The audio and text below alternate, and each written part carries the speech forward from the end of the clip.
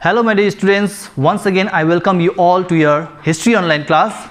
So in today's online class we will be starting with your new chapter from your history portion, that is known as chapter number 7, talking about the South India and the rise of the Cholas. So South India mainly depicts towards the southern states like Kerala, Karnataka, Tamil Nadu, Andhra Pradesh and so on, and we mainly focus on the Chola dynasty, which has been regarded as one of the greatest dynasty ruling for more than 10 centuries, and that became one of the classic examples with lots of contribution, with lots of kings, with the foundation of new types of temples, either for Lord Shiva or for Lord Vishnu. So in that format we see that what was the main interesting figure for this chapter known as Chola kingdom or the Chola dynasty. First, talking about the introduction part. So if we see in the introduction part of this chapter, we mainly focus towards the 9 to 10 centuries. So if we have remembered that during the 9 to 10 centuries, there were actually two rulers who came from the Afghanistan area, from the Arabian areas, talking about the Turkish ruler known as Muhammad of Ghazni, followed by Muhammad of Ghori. So Muhammad of Ghazni, he had got an intention of taking or draining lots of wealth from the Indian subcontinent, and he came to India 17 times. So when he came to 17 times in India, destroying, plundering one of the very famous temple during those days known as Somnath temple located in Gujarat. So that became one of the most aspiring figure as he stood draining lots of wealth, and even it has been said by the historians that he took nearly 1300 kilograms of gold and millions of dinars from Indian subcontinent. So he had no such intention to come to India, set up his new empire with the Islam as a spreading one of the main important religion and so on, but just grabbing whatever he could took,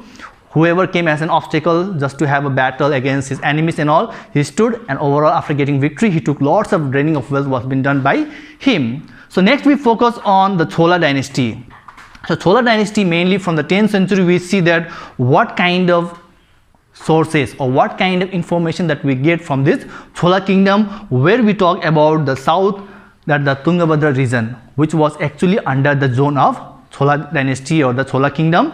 And then we talk that different temples, southern states mainly they prefer towards the Hinduism as a main important language religions, and they have got lots of temples especially for Lord Shiva, Lord Vishnu, Lord Saraswati and many other gods as well as goddesses. So during those time also we see that how Chola dynasty gave more efforts, more kind of like a work towards those kinds of temples, and we see talking about the Tanjore, one of the famous areas located in Tamil Nadu.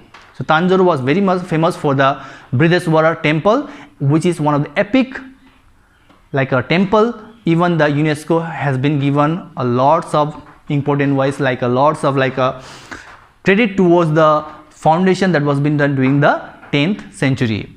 And talking about the Gangaikonda Cholapuram, so what are the main streams of those kinds of temples that gave lots of examples, lots of explanation to those people who wanted to know about the temples, the art, architecture, certain kinds of paintings, interior, exterior design, and that was all seen during those time in different temples that was been constructed.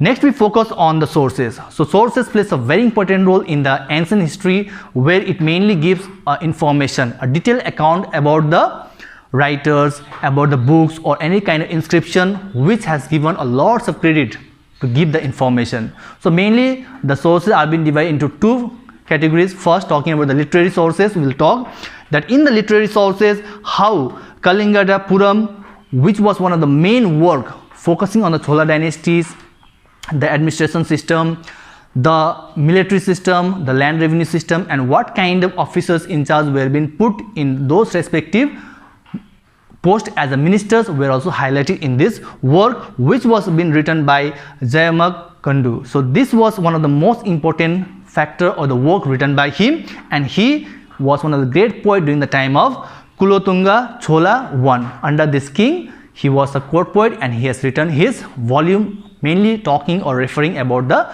Chola kingdom. So next we focus on the work that is known as Kaladam. So Kaladam also mainly depicts about the Chola kingdom.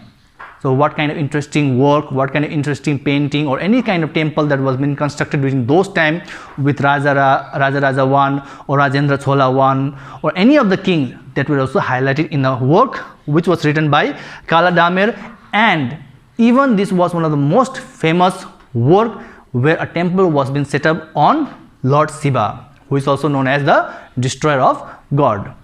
Next we focus on the Ramayana. Ramayana, as we all know, it was mainly written in Sanskrit language, but it was been translated, the Ramayana was been translated into Tamil language by one of the great writer and the poet known as Kamban, who was under the king known as Kulatunga Chola III. So that kind of contribution was been seen under those kinds of literary sources, mainly focusing about the rise, about the powerful status of the Chola kingdom.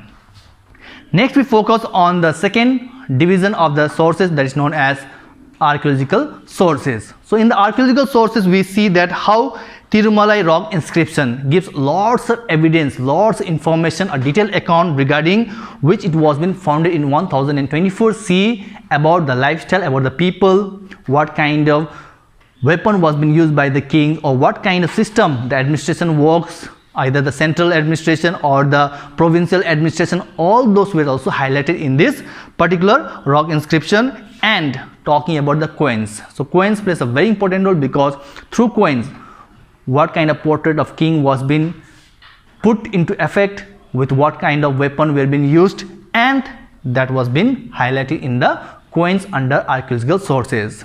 And the last topic for today's class, that is known as one of the main famous temple during those time under the Chola kingdom, which was built by Raja I in 10,010 CE, that is known as Brideswara temple, which is located in Tanjore in a state of Tamil Nadu, with the capital known as Chennai. So here we see that how Raja I, he founded this temple mainly for Lord Shiva, because Raja I, he was a very great devotee of Lord Shiva, Lord Mahesh also we call it.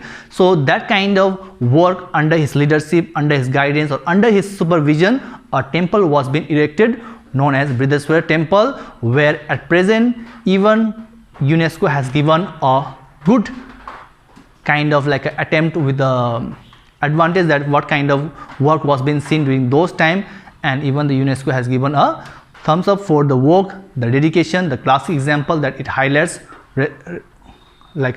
talking about the Indian state known as Tamil Nadu. So this was overall the summary wise and introduction part of your Chola chapter. In the next class we will focus on the two great rulers known as Raja I and his son known as Rajendra Chola I. Till then I'll stop here. Take care. God bless. Thank you.